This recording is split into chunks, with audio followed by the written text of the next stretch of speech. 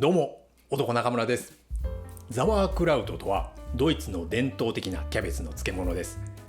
ディルなどのハーブとか香辛料を使ってキャベツを乳酸発酵させて漬けるものです。今回はザワークラウトを和風にアレンジして漬けてみようと思います。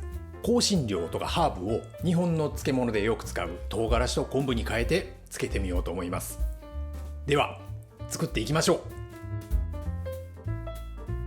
材料はご覧の通りです。動画の説明欄に書いておきますね。まずはキャベツを刻みます。サラダとして食べるわけじゃないんで、あまり細く切らなくていいですよ。ボウルに入れます。ザクザクと適当に切っていきます。またボウルに入れます。漬物にするとかさが減るんで、多めに切っておく方がいいですよ。ボウルに入れます。結局 1kg のキャベツを刻みました。ボウルに山盛りで混ぜられないんで、2つのボウルに分けます。塩、唐辛子、昆布はハサミで細かく切って入れます。混ぜます。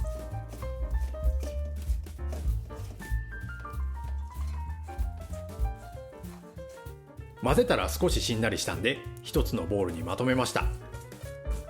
一つのボウルにまとめて混ぜました。これに重しをするのが本当のやり方です。すべてのご家庭に重しがあるわけじゃないんで、重しがなくてもやれる方法がありますよ。重しがなくても保存袋に入れて漬けることができます。保存袋にすべて入れました。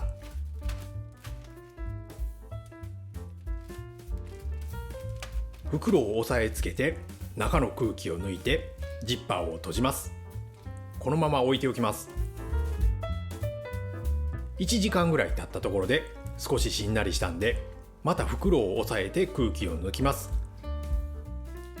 汁がこぼれないようにバットに乗せておきます。1日経ちました。また袋を押さえて空気を抜いてジッパーを閉じます。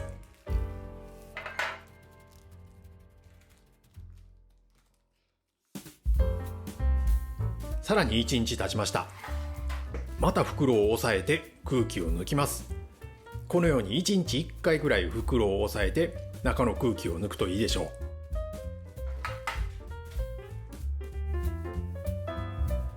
さらに1日経ちました。また袋を押さえて空気を抜きます。もうすでにお漬物の匂いがプーンとしてきました。この匂いは乳酸発酵が始まった証拠です。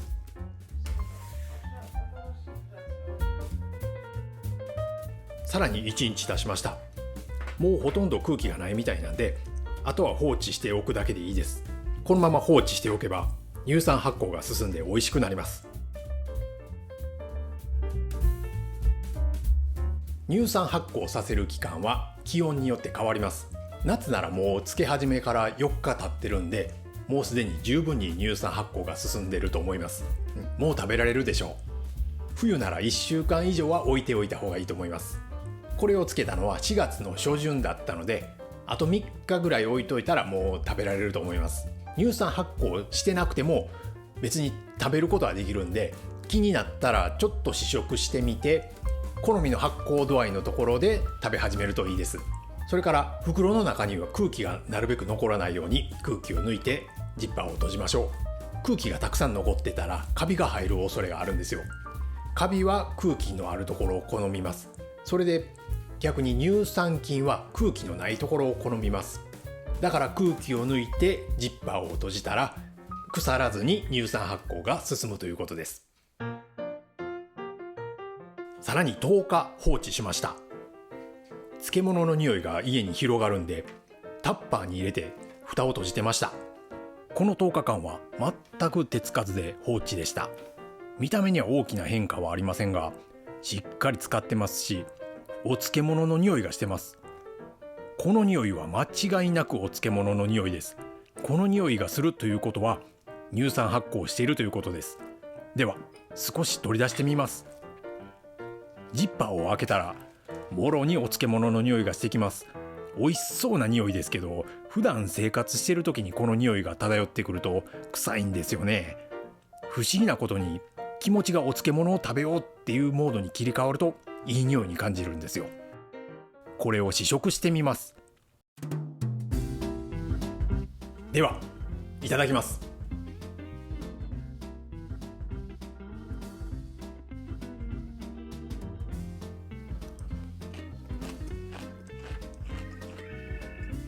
めっちゃうまい。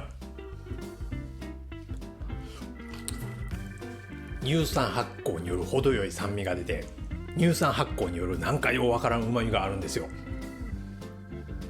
むっちゃうまいです。キャベツが発酵して酸味が出たっていうところはザワークラウトと共通してるんですけど、唐辛子と昆布ですからね、キャベツの漬物っていう味がしますね。このままご飯のお供に食べても十分美味しいと思います。でもちょっとこの和風ザワークラウトを使って料理をしてみようと思います。ドイツにはシュークルートっていうんですか、ザワークラウトを使った料理があるんですよ。ソーセージとザワークラウトを煮込むような料理なんですけど、それをまた日本風にアレンジして料理してみようと思います。和風シュークルートとでも名付けましょうか。ではそれを作っていきます。和風シュークルートの材料はご覧の通りです。動画の説明欄に書いておきますね。鍋にだし汁を入れて、豚バラスライス、ネギ、椎茸、人参、和風ザワークラウトをドバーッと入れます。蓋をして沸騰したら弱火にして10分ぐらい煮込めば完成です。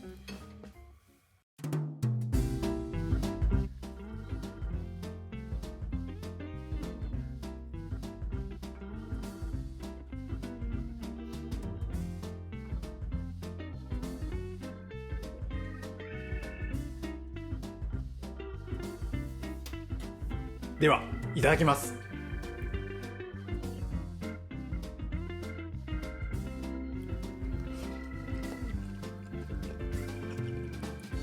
めっちゃうまい。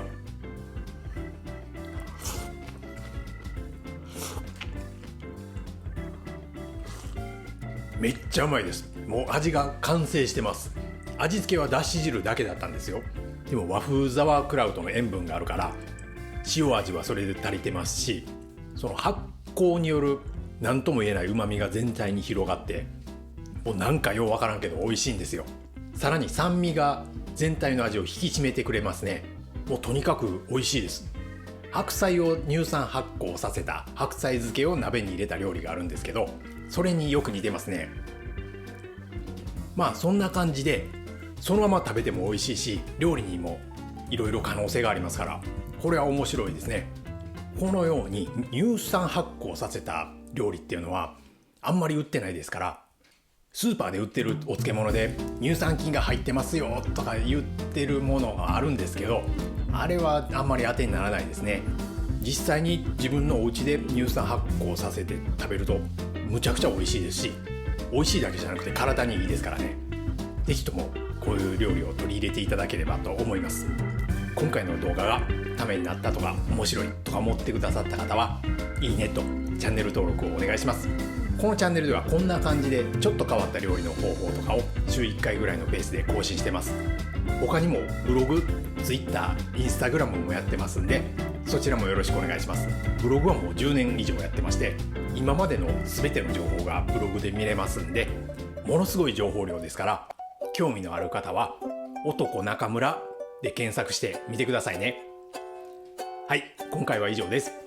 最後までご視聴いただきましてありがとうございました。